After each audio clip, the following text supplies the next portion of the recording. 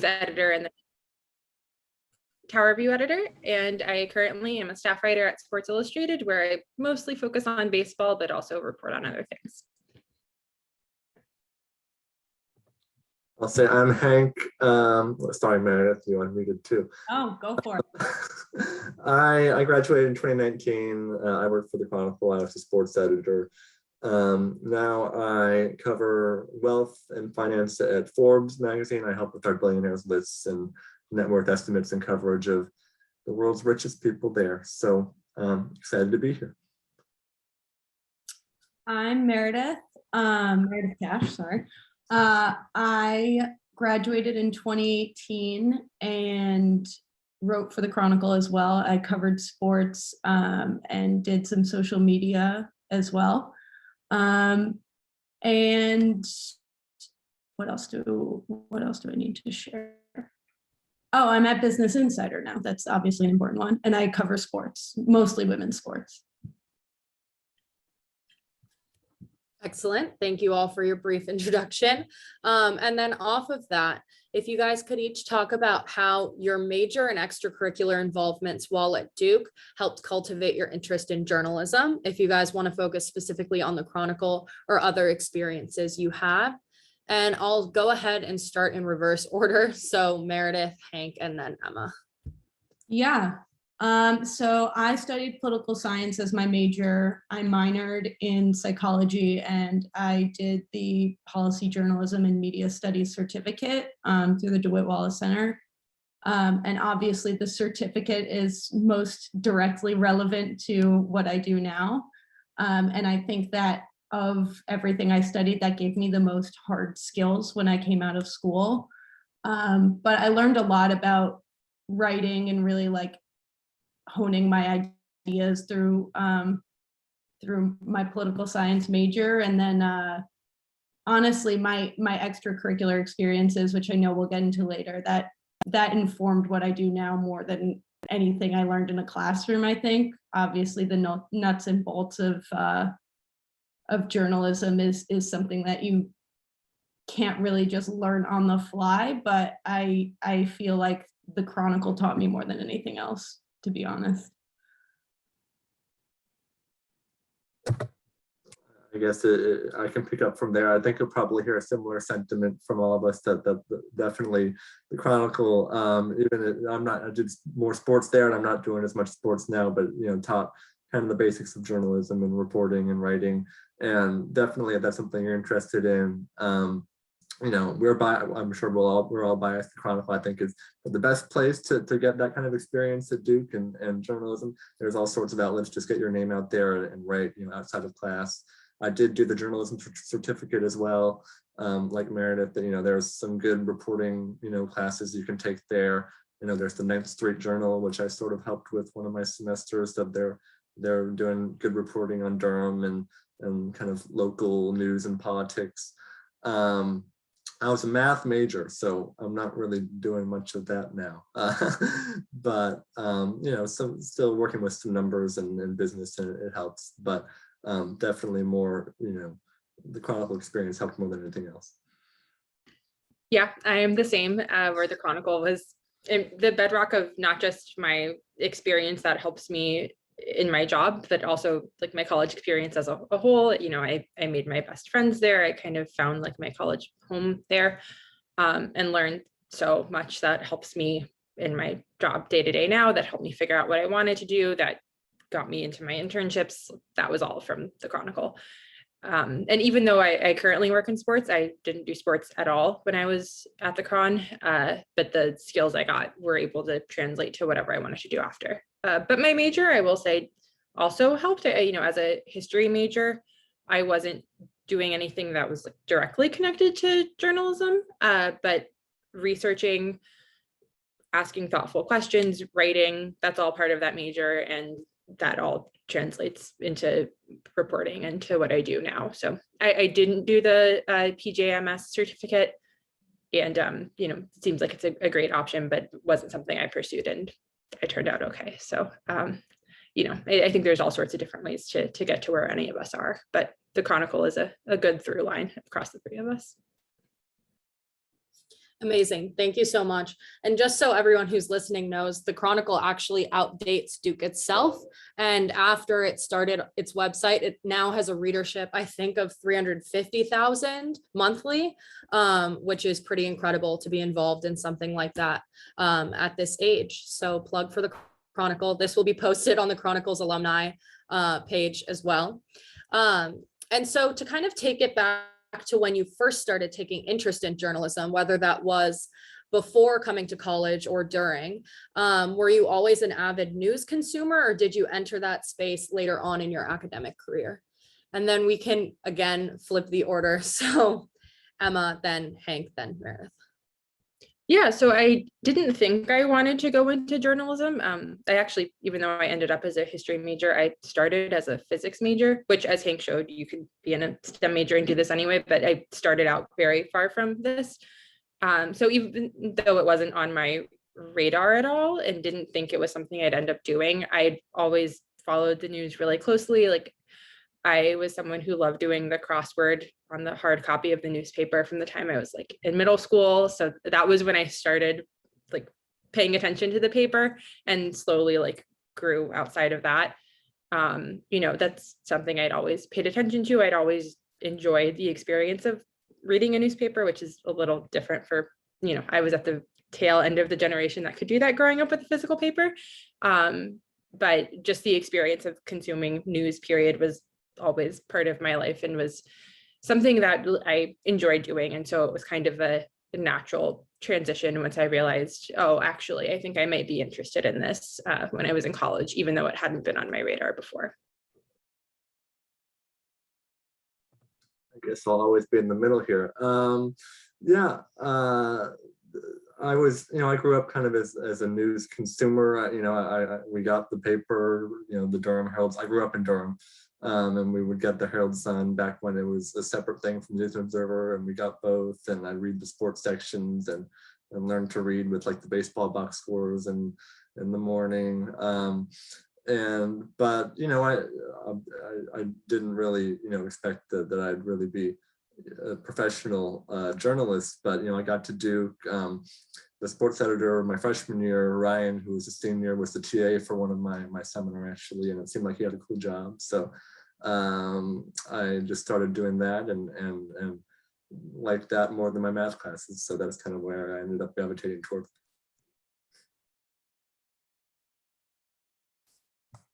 Sorry, still trying to figure out Zoom, and it's been like 2 years. So anyway, I think that my experience was a little bit different. Growing up, I wasn't really, I think I was a news consumer, but definitely more digitally in middle and high school. And to this day, if I'm on my phone more often than not, it's because I'm scrolling through Twitter, like consuming content of all different kinds. And I actually, you know, there are goods and bads to, or pros and cons to social media, but I do feel like I get a lot of news and updates through Twitter. But yeah, I think my interest in like news consumption came through the internet, and then in college, I think learning about the Chronicle's transition into digital media sort of helped me recognize that, like, oh, this is a legitimate source of news. And it sounds sort of silly to say that now, but I remember we were trying to navigate like how much to do in print and how much to actually release directly through social media. And that's sort of an evolving process. And my job now is exclusively online. So it's not like I work for a newspaper, although I do work in media. And I think I didn't really recognize that this was an option as a job, because it's something that sort of is unfolding in real time. And like when I came into college, I didn't really think that I would be like a digital media reporter. And even when I graduated, I didn't think that's what I was going to do. But I loved what I did writing about sports for the Chronicle. And so my resume lent itself to that. And eventually when I allowed myself to like think about this as an actual career and not just a hobby, I pursued it and it worked out, and I'm very lucky to be able to do what I love that way. But I think it's sort of something that I fell into more than really aspired to do. Thanks so much. I definitely organized this because I always sort of from a young age have seen journalism as a very passion-filled career, whether you fell into it or you always set out to be a journalist. And so it's really nice to hear all that and to also offer Duke students that are interested in business or interested in the social sciences an alternative path that they can take that is also like really cool to be involved in. And so to go more specifically into what you guys report on, you each specialize. So Emma and Meredith, I believe you're more on the sports reporting side, and Hank is closer to wealth reporting, though you guys have sampled, I'm sure, a bunch of different genres. How did you end up focusing on these? Was it after you got your job offer that you fell into a place, or did you go into it applying for specific positions? If you could elaborate a little bit on that. And I'll give Hank his moment for the first word and have him go first, and then can go for Emma and Meredith after. Yeah, well, as I kind of said, I was all kind of sports in college, and that's kind of how I got into it. And it was great to cover, you know, Duke basketball and Zion and all the you know, great teams, and baseball and you know, other cool sports like that. But you know, it's a tough world for sports reporting, as we can all attest to. And these two, Meredith and Emma, are a couple of the best. But you know, I applied all everywhere, and I got into business first because the Chronicle actually had sort of a partnership, and maybe still does, with Bloomberg, where one Chronicle person would be an intern there every summer. And I got that the summer after my junior year, and it paid a lot better than all the sports internships I was looking at. So I was like, might as well go give that a try. And you know, I enjoyed it, and it's you know, there are pros and cons and to having it, and I kind of like the idea of having, you know, nights and weekends and holidays off, even if, you know, covering the World Series would be cool, as Emma can probably describe. But you know, it's nice to have a little more, you know, structure, and I was kind of interested in it, and I think I did a pretty good job doing that. And then I still applied, you know, my senior year to internships in sports and news and business. And I think probably my Bloomberg experience stood out to Forbes, and got an internship there. And then the job opened up, and it's just kind of what I've fallen into. And you know, I'm not saying it's going to be what I'm doing forever, but I do like, you know, what I'm doing now, and I talk to a lot of interesting people and do a lot of interesting coverage, and you know, we get to work on a lot of cool projects like the 30 under 30 list, and our, you know, Forbes 400 and billionaires list of the richest people. So you know, I like what I'm doing. I've been there for, you know, 2.5 years now, and so, you know, happy to, you know, keep going on this path for a little while longer. Yeah, I am kind of a reverse Hank in that I did not do sports in college. I just did news at the Chronicle. I covered one baseball game before I graduated, because that was like a bucket list item, and that was it. And I didn't plan on doing sports, even though baseball in particular is something I've loved since I was a really little kid, was always really passionate about, but I just didn't think I would do that as a job, because, like, as Hank said, it's very hard to get into, and it didn't seem like a real job. Like saying I want to be a baseball writer, it was like, I might as well have said, like, I want to be an astronaut. Like, yeah, someone does that, but statistically it probably isn't going to be me. So I never really tried for this. I went through internships in local news. I worked for my hometown paper in political news, which is what I did both the summer before my senior year and also after my senior year. I had a political reporting fellowship in DC, and I thought I was going to do that, and I enjoyed it. But on the side, I had also started first tweeting a lot about baseball, like tweeting, frankly, an obscene amount about baseball. And that turned into some like very low paid, basically blogging opportunities, blogging and newsletters. And I was able to do those on the side as I was doing my, you know, internship and my fellowship during the day with political reporting. And I just kept doing those things until finally, when my post-grad fellowship ended, I had a chance to do not quite full-time, but contracted hours that kind of worked out to full-time and were enough to live on, with some of the baseball writing I'd been doing. And I took that chance. I didn't think it was going to turn into a real job, but I was like, if I can be able to write about baseball for even a year, like, sounds like a good deal, I'll take it. And then I'll figure out what I'm doing with my life after that. And I got really lucky and, was able to do that for about a year and a half. And then I got my spot at Sports Illustrated and was able to grow that from being kind of a lower level, more digital centric staff writer to someone who can do features and more game coverage and event coverage, and feel really lucky to be doing what I'm doing. So yeah, it was 0% planned. It wasn't what I was doing in college, but it worked out pretty well.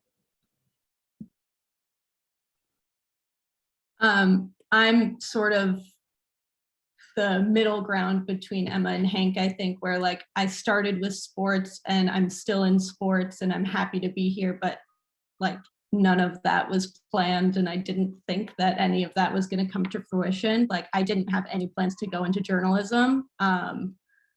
I don't know why. I like talk about it all the time where I'm like, why did I spend 4 years writing for the school newspaper and spending like most of my week in that office if I didn't, like, why couldn't I picture myself doing that for my career? And we could go down the rabbit hole of Duke culture and all of that. But I do think my particular, like my experience was that everyone around me was either pre-professional or finance or consulting, and I didn't really see it as an option for me, honestly. So I'm really happy to be here to be able to say like, it is possible. We're all sort of saying we got really lucky, but like it is possible. And there's a great network of Duke alum in journalism. These, those two are awesome and reach out. That's something I'll get to later. But yeah, basically I started writing for the Chronicle week 1 of my freshman year because I always did sports growing up. I loved sports and I didn't want to lose that connection. And I was like, hey, I'm a half decent writer, so I may as well do it through the newspaper. And I loved it and I kept it up from there. But throughout school, I was like, well, maybe I'll go into whatever Duke career that is like very check the box. I took the LSAT, like I'm not going to be a lawyer, but I did all of those things. And my summers I did 2 like legal based internships and I did one that was like public relations sort of for a nonprofit. And even after I graduated, I had like a teaching gig lined up as for like a gap year basically before I went to law school. And sometime between when I left Duke and when I was supposed to start that job, I was like, that is not what I want to do. Like, I just realized that like I sort of was on this one track path and I had lost sight of like what actually made me happy. So I had like a very existential summer where I was freaking out about I had gotten rid of that job offer before lining something else up.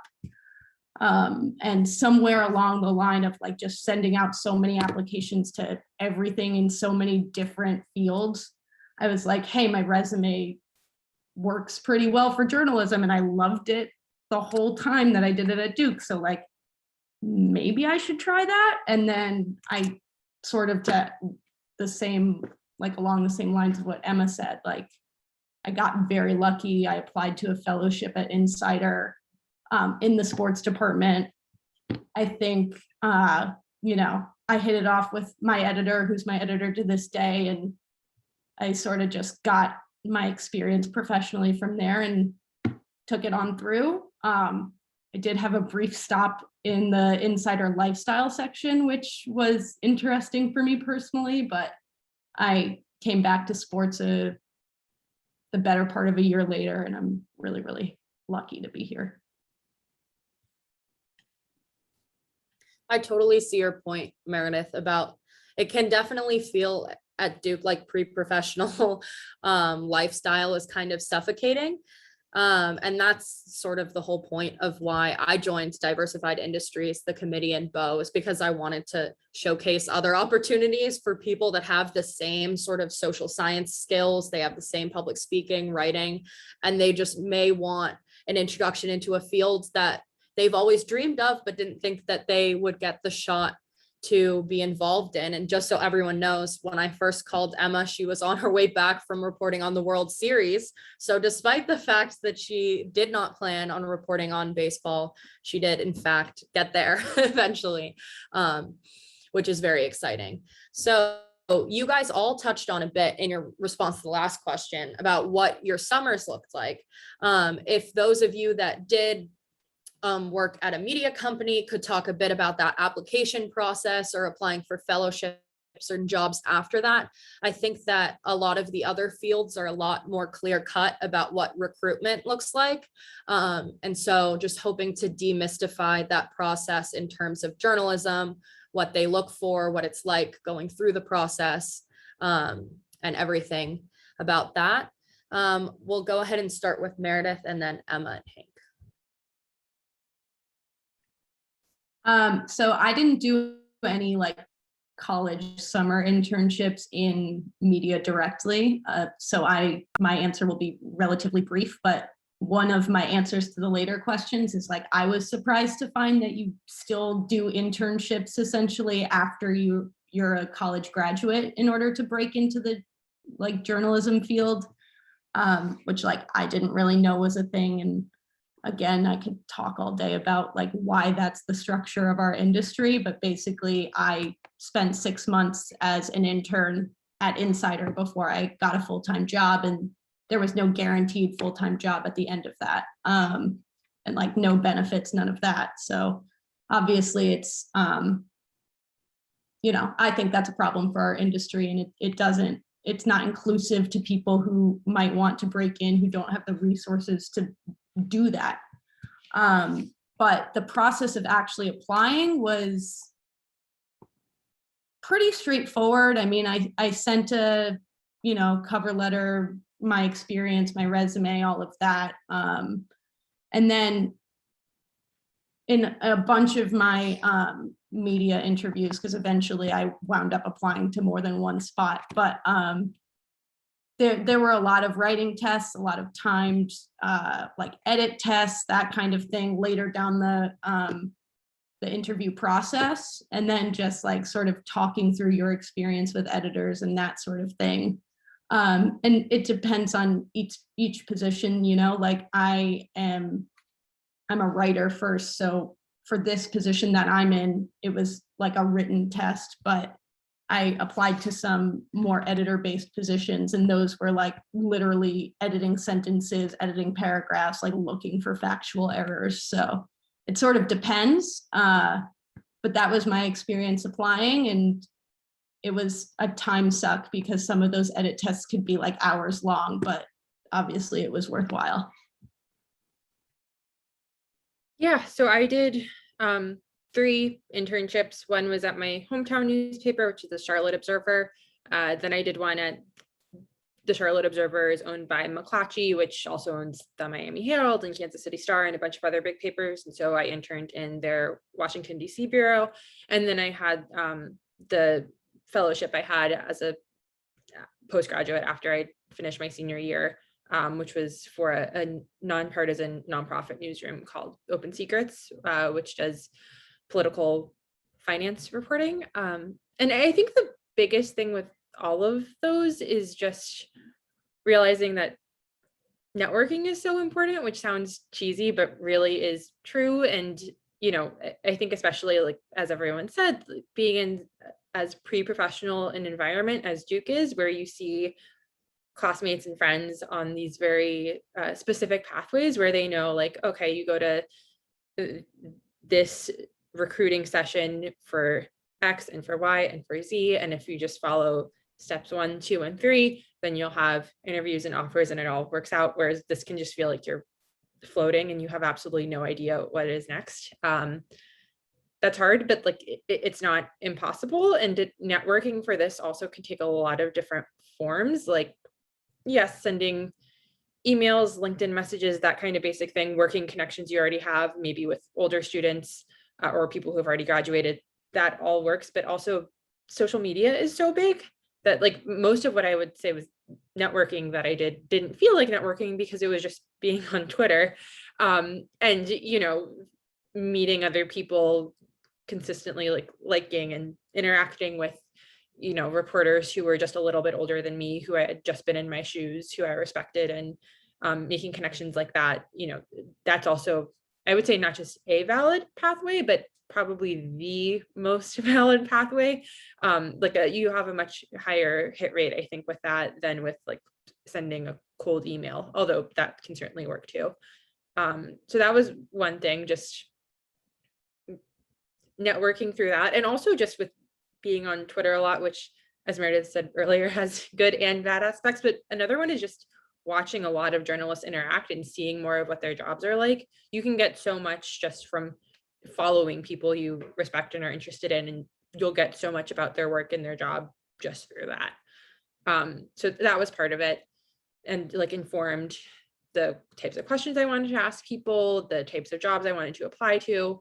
That all fell under that umbrella. And then the other thing is that your clips and your work samples, I think, matter so much more than really anything else. You know, in a lot of other areas, your GPA is going to carry a lot of weight, and certainly they'll still look at your GPA for a lot of stuff. But really what matters is like being able to show you can do the work, which can sound super scary when you're first starting out, but that doesn't have to mean, you know, here are my New York Times clips. It's anything you do for the Chronicle, for the 9th Street Journal, even something you've done self-published on a like the equivalent of a blog or a Substack.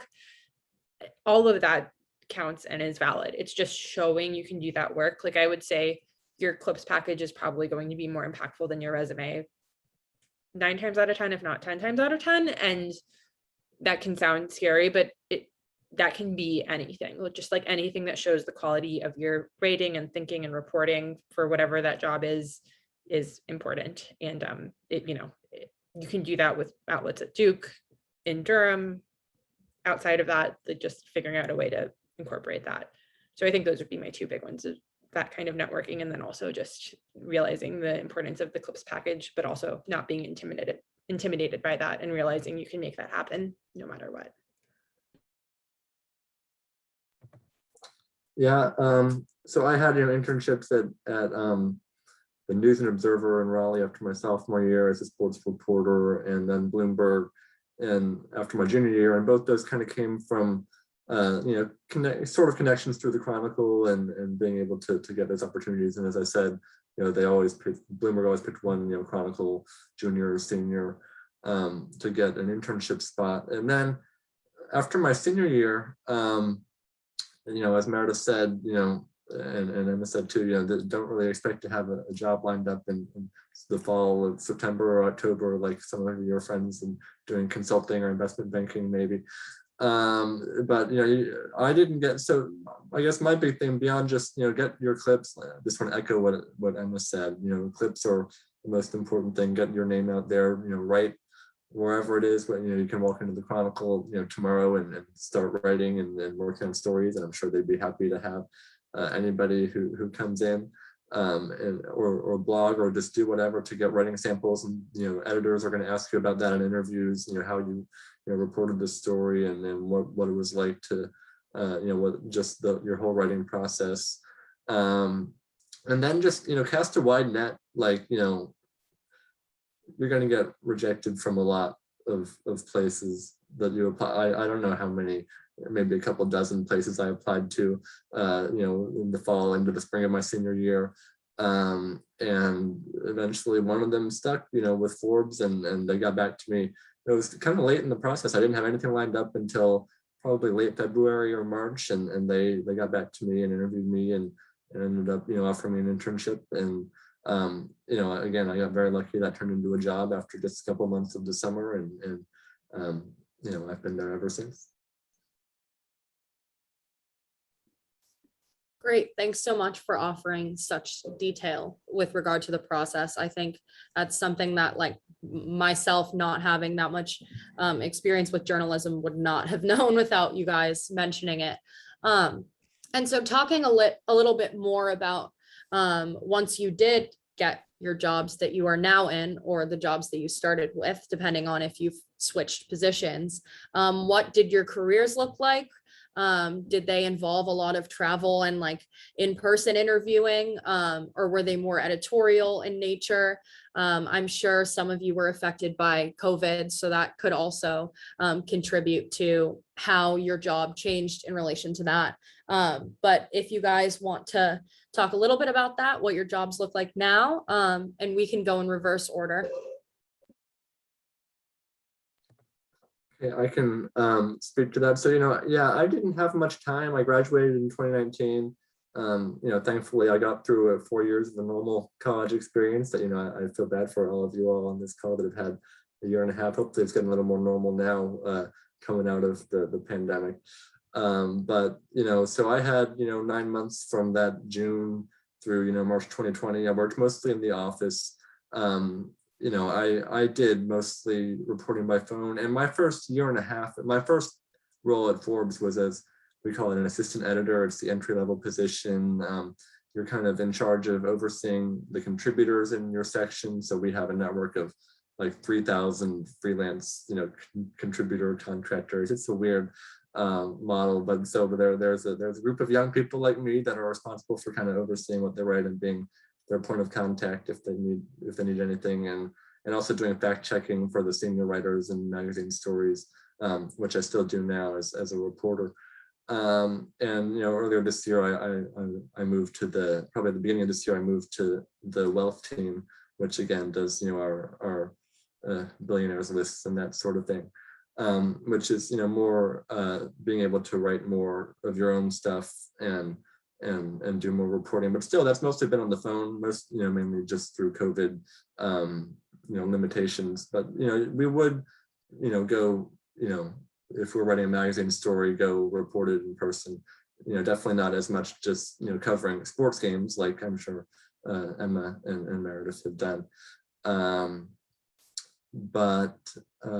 Yeah, so we're starting to do a little more things in person. I just interviewed somebody in person a couple of weeks ago for the first time of the pandemic. Yeah, that's basically what it's been like for me.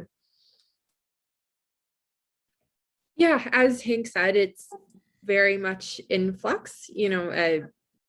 My job used to have more travel. Now we're kind of trying to figure out what is the middle ground that makes sense for, there were probably some things that I was flying out for that really are done better over Zoom, and it's not a good allocation of resources to do that in person. And then there's some stuff that's really important to have in person, including, for sports in particular, there are all these guidelines about what kind of access you can do in person, that's set by the leagues and the athletes unions, and figuring out what is that going to look like going forward is a big question.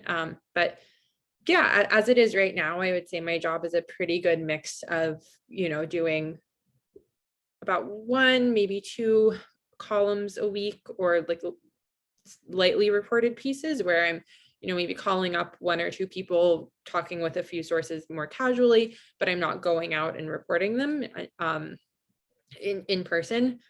1 or 2 of those shorter things a week. And then I'm always working on usually 1 or 2 bigger features that will usually require at least 1 reporting trip to wherever that may be.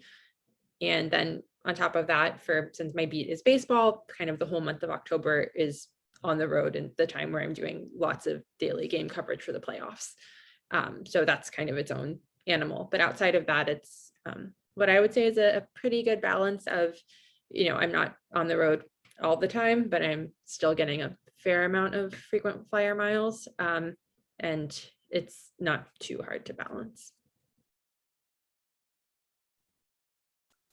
My job is basically what I make of it in terms of travel. There's definitely no forced travel by any means. Even before the pandemic, it could all be done remotely because it's all digital media. And it's one of the things we say internally is we're not the paper of record. We're writing stories that are not just trying to document the event as it happened. It's a little bit of a different spin for the most part. And so that often means that I don't need to be on the ground for things. But with sports, both Emma and Hank can speak to this, building sources and credibility and trust often comes from just like being in the right circles and witnessing things firsthand and talking to people who you might not have met otherwise. And so I did my fellowship once I graduated in sports, and then did lifestyle for 9 months. So that brought me to like winter of 2019 into 2020. And then I was about to start like hitting the ground running with reporting, and it was COVID. So like I did one in-person thing like March 2020, and then it was like, yeah, we're gonna stop doing that for a year. I think one of the lone silver linings of the pandemic is that we've been able to get those sort of informal networking opportunities over Zoom, and press conferences are now offered on Zoom, which is, I cover basically all of women's sports. I can't cover everything because I'm one person, but like I certainly wouldn't be able to get to every press conference across the country if not for the fact that Zoom makes it a little bit more accessible, and social media in general. So I'm like Emma, trying to figure out the balance now that things are opening back up, and there are some things that I want to experience in person, and there are people I want to meet who I haven't met, but I sort of have virtual relationships with over the last 2 years. But the long story short is basically I could probably do my entire job from my desk and no one would say anything to me, but I think it makes me a stronger reporter to go out there and do find some sort of balance on that. Yeah, I feel like almost everyone sort of reacted that way to COVID. It made almost everything right at the tip of your fingers because everything was reported and online. But I think people started missing the sort of ability to go see things in person, and that has a special quality to it as well. So in reflection on the field as a whole and your experiences in it, I know that everyone comes into any field that they enter with certain assumptions. What were some of your expectations that turned out to be a pleasant surprise, and which were a disappointment? Someone can just jump on that first. I can keep with the trend if everyone's okay with that. I was expecting, I guess I was pleasantly surprised that I was wrong on this. I thought I was going to have to put in a lot of like groundwork before I got my own bylines and had an opportunity to really prove myself. And I think in some instances that's still true, but my company is more like new age digital media. And so there's sort of room for, there's not a limited amount of space on a page for print, right? And like I said before, Insider isn't the paper of record. So it's sort of like everybody can have their chance to report things. And certainly there's a standard that needs to be upheld. But I was writing stories from day one of my fellowship, which is probably on the more liberal side of that spectrum. But I think, I have friends in the industry at other media companies, and like, even the three of us, like we're relatively young and we are reporters who have plenty of bylines and like have credibility in our respective spaces. So I think I expected it to take a lot longer to make an impact. And so it was really refreshing to see that you can make an impact basically right away. Yeah, my positive takeaway is pretty similar, that even at a like old school legacy institution like SI, they want people to do good work, and if you have good ideas, it rises to the top. So there's a lot that's like really directly in your control, which is both kind of scary but also like super liberating. That from the beginning, even when I was in a more junior position, like if I had a really good idea for a story, I would be given the chance to work on it, which was not something I had expected. I kind of, similar to Meredith thought that like, oh, I'll have to do so much work to even be at a point to have my byline on anything, let alone like a full scale feature. And, you know, I think regardless of the type of outlet you're working for, whether it's a, you know, digital upstart or it's, you know, something that's been around for a long time and still has a print component, like people want good work, editors want good work. And if you have a good idea, especially because editors are used to fielding lots of pitches from freelancers, from contractors, from people outside the institution, like they want to hear ideas from people within the organization, no matter how junior they are too. And that holds across a lot of places. So yeah, the fact that you can do good work, like you'll be given the space to try that out if you have good ideas, is very freeing and was something I was pleasantly surprised by. I'll go with both the pleasant surprise and disappointment, and then I guess we can start circling through the disappointments. Yeah, you know, the pleasant, you know, surprise, you know, similar to you know, what Meredith and Emma were both saying, you know, just the opportunity to get your hands on, you know, some big projects, you know, from the start, really. You know, I was, you know, writing stories, you know, the first week of my internship that, you know, were on Forbes, and it's, you know, a great kind of nationally known brand. And, you know, I've written a magazine story, I haven't written a cover story yet, but I've, you know, fact checked cover stories and worked on, again, you know, all our kind of major lists that have a lot of influence and, you know, are referenced by, you know, in political debates, or, you know, a lot of the, you know, important, you know, discourse going on in the US around wealth inequality and things like that.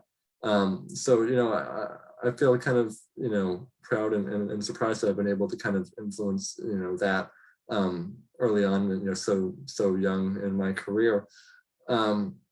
What is disappointing, you know, I guess I wasn't surprised by this. You know what you're getting into. You know, money matters, and it's not the most accessible, you know, industry for people that you know are not able to maybe either, you know, spend a year you know, doing freelancing or just have a low-paying internship out of school without really a full-time job lined up, and uncertainty. And, you know, even once you get in the door and you get a job, you know, I think every industry, there are probably some issues in terms of, you know, diversity and inclusion, and you know, journalism is certainly no exception to that. And, you know, personally, I feel like I've been given opportunities and probably pretty fortunate by a lot of editors who look like me. You know, I'm a white guy and getting edited by white guys. And I think we've had some trouble retaining, you know, people who are not in those groups and maybe aren't given the same chances. And I'm involved in, we just announced our union. Go follow the Forbes union on Twitter and support us. And I'm involved in leading that and trying to, you know, change that, and hopefully, you know, spark some, you know, again, change and progress in that regard. But, you know, that's just what I would say as a disappointment. Yeah, this is a similar component to that. Like, totally second all of the things Hank said about, you know, the inequality in the industry and all of the barriers to increasing diversity, which I think hold across all of media, and there is some progress on, but it's, you know, pretty disappointing in a lot of ways. The general instability of it, which was something I knew going in, or I thought I knew, but it's super disconcerting to experience, to watch people get laid off, to see outlets close, to even just as a reader, places that I really enjoyed reading, people who I, you know, really appreciated their work, to watch jobs get lost, and, you know, restructuring all the time is not fun. And, you know, I'm lucky, I consider myself lucky to not have gone through a layoff of my own, but I know if you are in this industry long enough, it's probably coming. And that's hard. I think I didn't expect, you know, how much that can weigh on you. I really don't know what my job's going to look like in 5 years. Like the person who I've been in my current place for 3.5 years, almost 4, which is great. And that feels like a pretty long tenure, frankly, in some pockets of media. And yeah, that can be tricky and is hard to work around. It's still, I really enjoy the work I do, but the fact that it's very hard to figure out like, what is this going to look like, certainly in 10 years and 5 years, but frankly, even in like a year, can be stressful. I totally agree with what both of you guys just said. I think that like even expanding that out a little bit, like journalism isn't the type of field where like there's a playbook, and I feel like everything is sort of unprecedented. Emma, you sort of alluded to it earlier where it's scary and sort of like free flowing. I don't remember exactly your words, but like there's no obvious expectation of like when you'll get a raise or like how you should be treated in the workplace. It's just not like, I think each of our newsrooms are probably different on that front. And so there's that in tandem with the fact that the industry as a whole is so unstable. It's like hard to navigate and know whether or not like, okay, I'm just really lucky to be in this position and have a job, which like truly is always the case, but also like whether or not I'm being treated poorly. So it becomes a tricky balance, right? Because you know that there are plenty of worthy people who lost their jobs and are waiting on the wings, and it's a very saturated market. So that's one of my negative takeaways. Another that I thought of as I was finishing my positives is that there's a lot of room to make impact right away, but the negative side of that is like you're learning on the fly, and falling on your face is extremely public. And I know, I mean, Emma can speak to this, Hank, sorry you can't, but like being a woman in sports media and messing up, like I've gotten harassed plenty of times on social media. It's just the nature of the beast. Like, you get horrible emails, and I'm lucky to have grown a thicker skin from this job. I think I'll take that into whatever I end up doing in the future. To Emma's point, like I always say that like I'll have a backup career in mind. It won't be law, but like I still have that LSAT, so who's to say? But it's as someone who like, I think all of us Duke students, like we like to have our plans in place. We like to know where we're headed and like feel secure on that front. And it's a very big leap of faith to sort of set that aside in something as big as your career. So that's definitely a negative on my end. Always keep the LSAT in your pocket.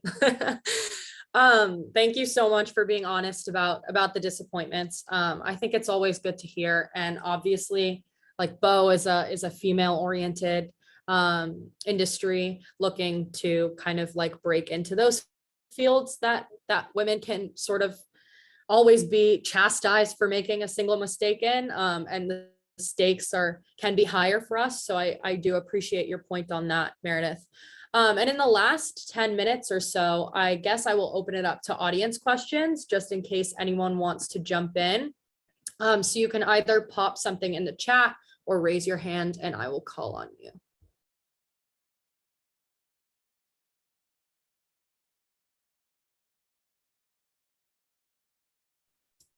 Delucia. So I know everyone's kind of mentioned this very recently, but going into this, one question I did have for you guys was, I was wondering what your thoughts were about how the journalism industry has shifted in the past couple of years in terms of digitalization. And like, do you have like an inkling of where it might go in the future? I've learned it's very hard to predict where it's going in the future, because I mean, when I was coming out of school, which wasn't that long ago, it was 2016, it doesn't feel that long ago, there was at the time such a push for just, it seemed like digital media would kind of grow forever. And that was, a safe pathway forward. And instead we saw like a lot of digital outlets really kind of collapse as Google's search algorithm changed, and some of the stuff around digital advertising and programmatic advertising changed. And instead we saw like the even greater growth of some of the old established like print outlets like the New York Times and the Wall Street Journal and the Washington Post are doing so much better now than they were 5 years ago. And in general, just this push toward subscriptions with Substack, with like kind of smaller niche outlets that run entirely on subscriptions versus advertising. That's like a total 180 of what it was when I was coming out of school. So can't predict it, not going to try. But I think the one like through line there that does kind of give me some kind of comfort is there's still a lot of places for great work, and those weren't the same that they were 5 years ago, and they definitely aren't the same as what I had in high school or what my parents had, certainly.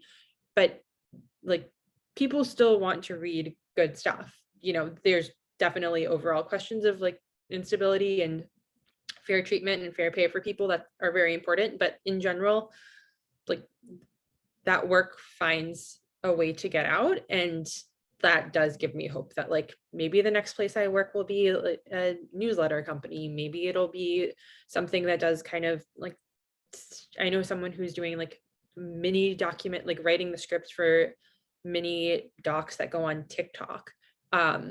Like new stuff happens, and like there's still a place for good work. So that's my take.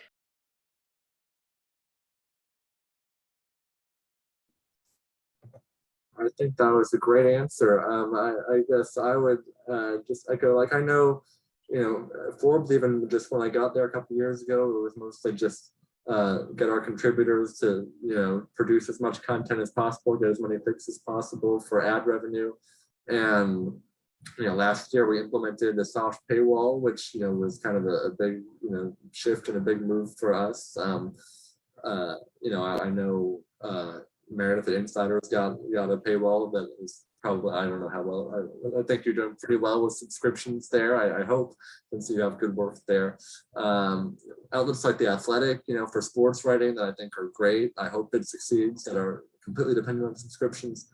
And, you know, a couple of years ago, 2 or 3 years ago, everywhere was, you know, pivoting to video was the thing, and you produce as much video to get video advertising, and you know, just the user experience would be like almost, you know, just you want to click off, since there was just ads were popping up. I think it still is kind of that way on our website on Forbes, that, you know, it's just a little kind of miserable if you read any Forbes story that you have this whole ad coming down on you. And I think we're trying to address that. But yeah, again, you know, more focus on subscriptions, more multimedia. I mean, podcasting is not something I think anybody would have imagined would be this successful, you know, 5-10 years ago. And now a lot of people are making a lot of money in podcasting, and there are a lot of bad podcasts out there for people that are hoping to you know, it's getting really saturated. But, you know, if you have a good, you know, personal brand and a good following, and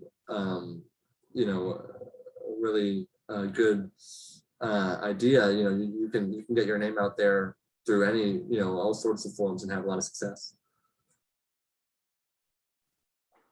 Yeah, I definitely agree with that. I am not going to pretend to know what's coming down the pipeline like tomorrow in media, specifically in digital media. So much has changed since like I graduated in 2018 and started at Insider, which is entirely a digital publication. And it's interesting, like what Hank was saying definitely rang true in our newsroom, where there was like such an attention on video content, and then it switched over to subscriptions. I'm personally not behind a paywall, but it could be coming, who knows? But I think the running theme here is that I'm gonna age myself by being like the .com era, but like the you know, with media largely in journalism being dependent on the internet, like no one has really figured out how to monetize it in a stable way. And so it's just constantly evolving. And I think one of the things that I've just learned to expect is that you have to roll with those punches. And one of the hardest things, at least in my experience as a journalist, has been like trying to maintain journalistic integrity while also trying to tick those boxes, because those aren't necessarily one and the same, right? Like we know all about clickbait and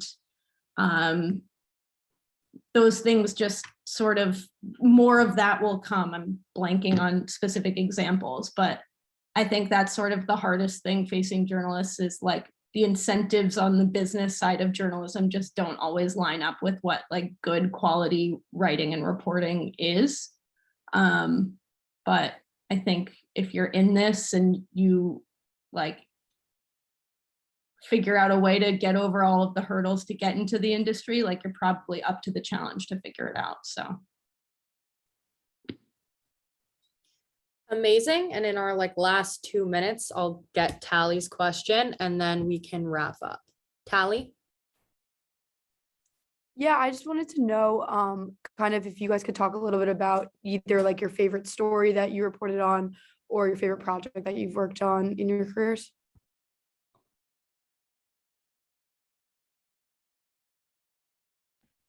Mine is one I completely just stumbled into. Like, as I've said, I mostly do baseball.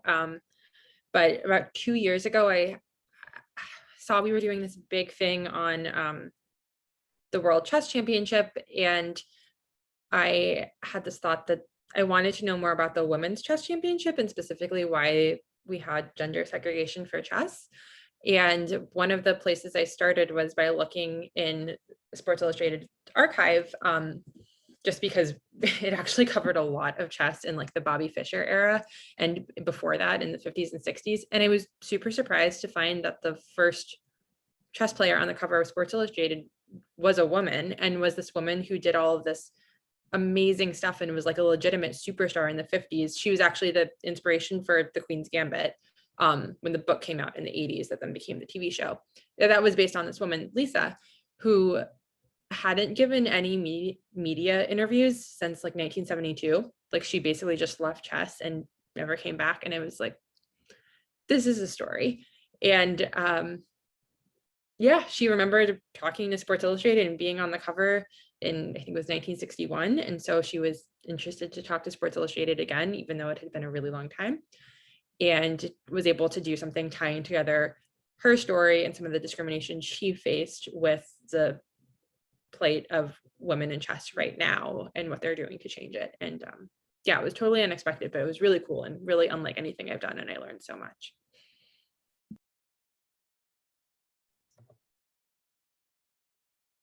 Hank, battle, no?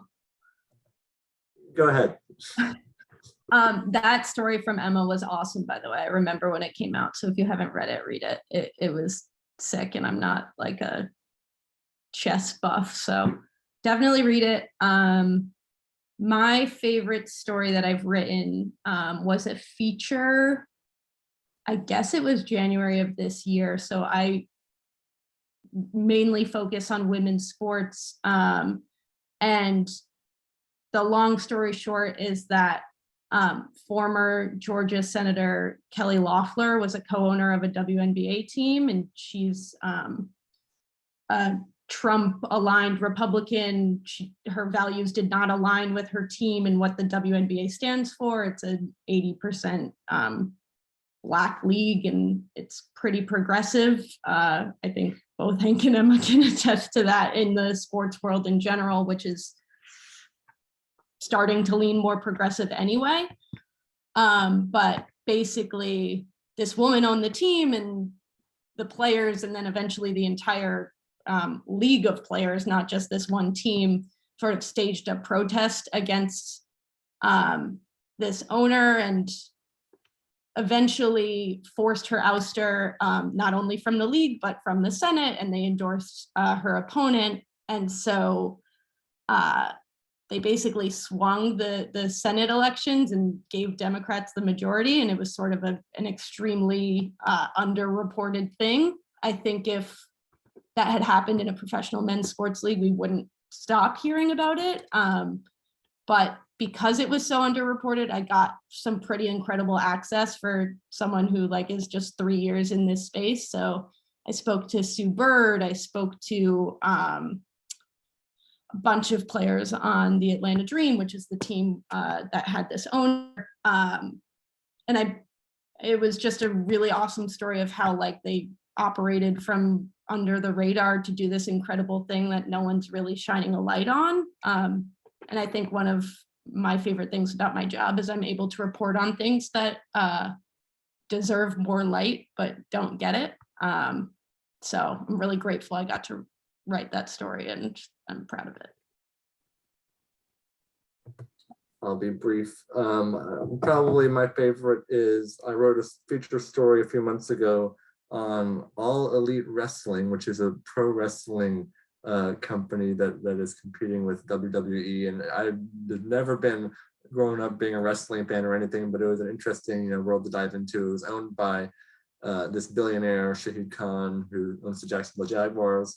And he had a son, Tony Khan, who's the CEO of AEW, who's just grown up super passionate about it, watched all sorts of pro wrestling growing up in the 80s and 90s, and started this, and it's really taken off. And his dad, the billionaire, gave me some kind of fun quotes about how he didn't think it was a good idea, but gave his son some money to blow, and it's ended up, we can talk about the values and what it says about America, that he can just throw away $100 million to his son to see what he can do with it, and income inequality and wealth inequality and all that. There's all sorts of my personal values don't always align with our celebration of entrepreneurial capitalism that is our kind of company line, but it was a fun story, and got to talk to really interesting people, and kind of write something that was a little sports adjacent, getting back to my roots, what I liked more in college and still follow now.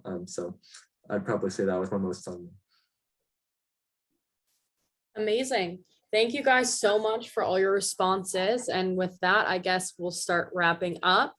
If everyone could pop a thank you in the chat and give a virtual applause.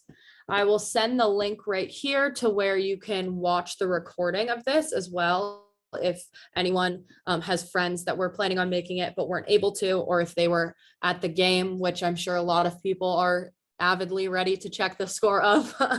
But thank you so much for speaking. It was really lovely to have you.